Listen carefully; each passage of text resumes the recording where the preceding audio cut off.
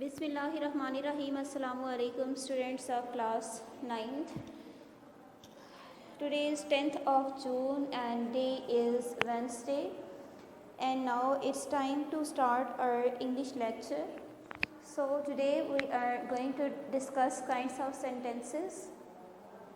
Yesterday we had done our topic conjunctions, and the day before yesterday we had done clauses, types of clauses, dependent and independent clauses.